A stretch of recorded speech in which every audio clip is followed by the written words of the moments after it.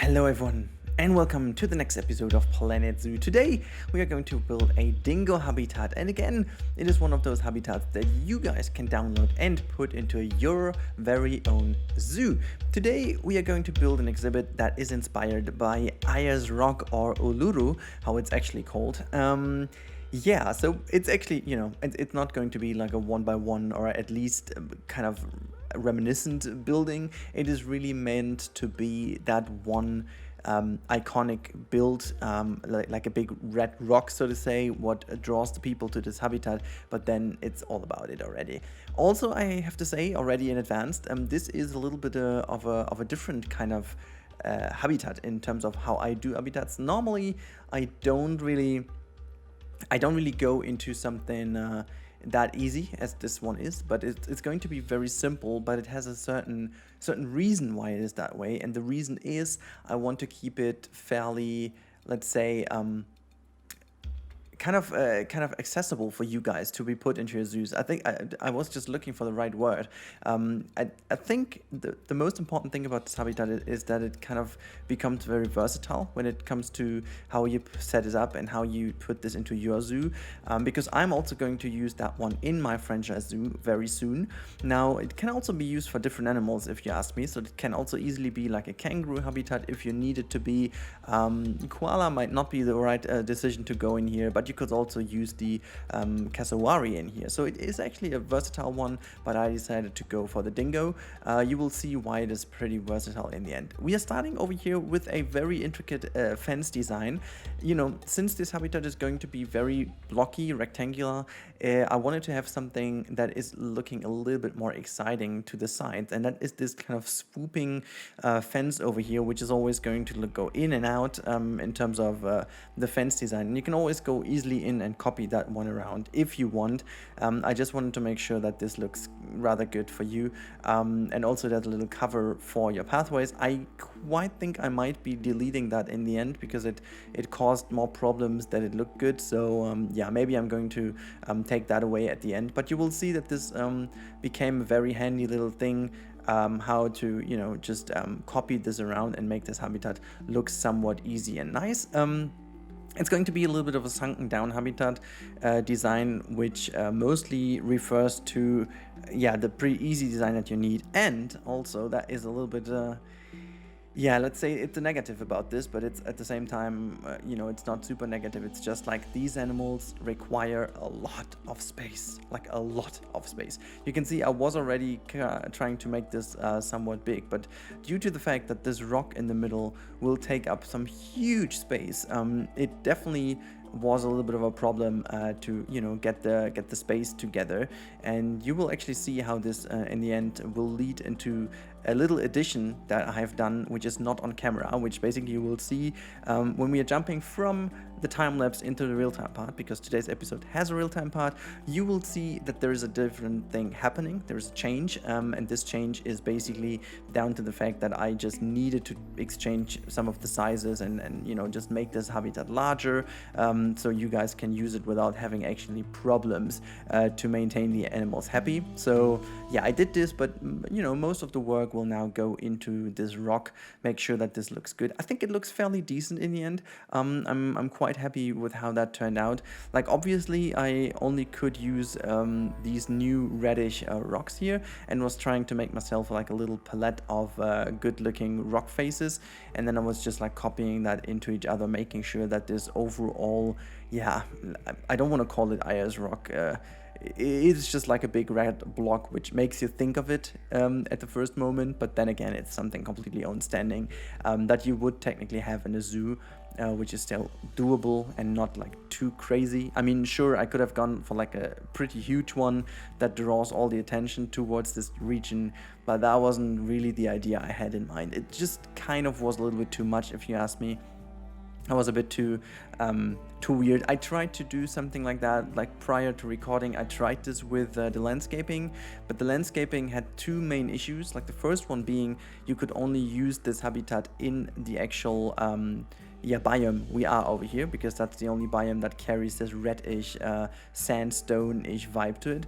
And also the second bigger issue was mainly that this just became too big to make it look good. And so at the end of the day, I also decided against making this thing traversable. As you can see over here, I was trying to kind of create a little staircase to make those doggos go up that thing. It would potentially have looked really cool, but to be honest, at the end of the day, it didn't really work out exactly the way I wanted it to, and so I decided to make this thing a cave, just to make sure that this gets this little bit of extra treatment here.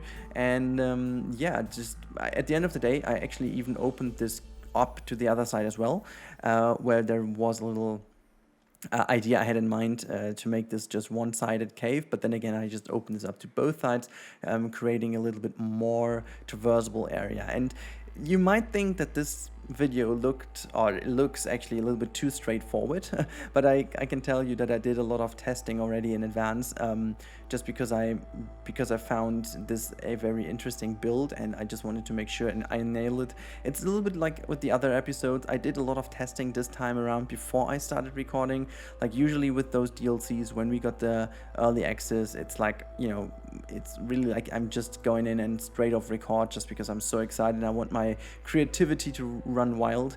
But this time around, I think it's also partly the reason we had so much time in advance. There was such a big time between the DLCs that I kind of had the idea already it might go into the direction of Australia. I don't know why, and in my mind I already prepared of what I was doing and I wanted to do, and so there wasn't like the initial excitement was still there, but I could just, I was able to not record and just do some testing in advance, and this is also where most of the results came from. Like I did some testing with the rocks, I tested some habitat design ideas just in general, and that's also why I ended up doing this very blocky one over here. I mean, surely you can always tie that in better into your zoos if you want. You can make these corners a little bit more roundish. You can always go in and kind of cut off a corner or make it even bigger. You can bring in a water element if you want. So there are a lot of things you can do with this design, because again, the fences are pretty modular, so you just can go in and just select an area and then copy it around. There is a grid piece hidden in there so that you don't have that much struggle to just use them. But you can actually see that with a lot of foliage, it becomes less blocky, and due to the little roundish, waveish kind of theme over here, you can make it look really interesting by the way how you interact this, you bring this into your zoo and make the zoo layout interact with this layout of the habitat. So this is the main idea I had, and yeah, now I'm just bringing this all to life with a lot of foliage. Here you can see, by the way, this is the connection between both habitats. That's not true, not between both habitats, between both sides of the cave. And yeah, one other reason, which I don't know why, but one other reason of enlarging this habitat as well was that they still didn't have enough shelter. Even though they have this freaking whole rock cave, it's not enough for them to have a shelter, so they seem to be very needy when it comes to shelter, and hence I needed to build like a little easy shelter, which is now in the final version. But you will see this in a bit in the real-time part. It's it's kind of the main idea here, and yeah, I'm just preparing now to guide you guys over into the real-time part. But just some last little words here. I really wanted to try to make this habitat look as as much Australian and reminiscent of Australia as possible, like the deserty region around Ayers Rock. I think I kind of succeeded, but again, you have to make sure that this isn't looking that way exactly when you have this in a different biome. So I'm still not sure how exactly that will look. So this is also the reason why I made sure that the outer ring is made by some other rocks than the reddish ones, because this big rock in the middle can be very contrasty. I think it still looks fine in a later stage, but you never know how this looks in a different biome. Anyways, that's it from my side for the time lapse, and now I hand you over to my future self of the real-time part. Enjoy that one. Hello everyone, and here we are in more or less done. Actually, it is done, and here you can see my actual version of Ayers rock, if you will. It's not like perfect, but I think it kind of translates what I wanted to do into the habitat. I think it's really reminiscent, yet cool looking enough to have it as an actual zoo habitat. And I made it again as a little blueprint idea, so you can actually put that into your zoos if you want. I made these little things over here to make it align a little bit better to the path. However, if it was me, I think I would delete them and just work around the path a little bit. But I left it in because I think it's a kind of cool little connection piece between here and the pathway. So if you want to have this, what you can definitely tell is that the habitat is quite enlarged in comparison to the real-time part. So this entire left hand side over here with the floating grass and this little shelter area over here is added to it because, well, even though I thought, okay, a little bit too less space for them is not too bad, but at the end of the day, it was like nearly half the size of their actual request or required area. And so I was like, okay, I need to change this. I need to make this a little bit larger.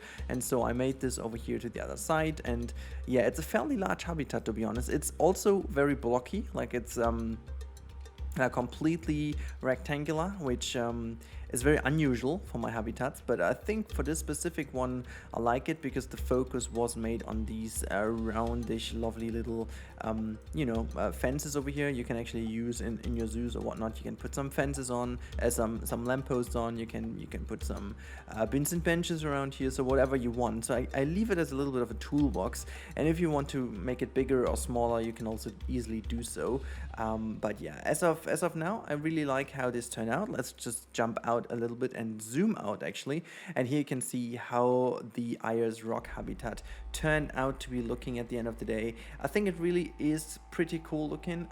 We do have this wonderful shelter area for them in here, so it's in the rock itself. We do have this shelter area, which I think is really cool. It looks good, and it makes a lot of sense that this would be done by an actual zoo as well. Like, I love the vista from over here. I really do like it with all the guests and stuff now. In front of it looks even better. But yeah, in general, I think I'm quite happy with how it turned out in the end.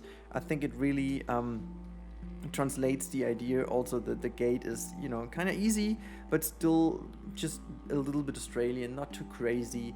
And I think it's going to be like a very useful kind of blueprint for you. I really hope, at least. Wait a second. Why do you have like a green cap? Can I change this now? No. Have you always had a green cap? I'm confused. I don't know if the vet always had a green cap. Anyway, sorry, that was me just being confused over here. But yeah, this is the dingo habitat with the Ayers rock kind of translation into the game. It's not like spot on or whatever, it's just a little bit of an iconic thing.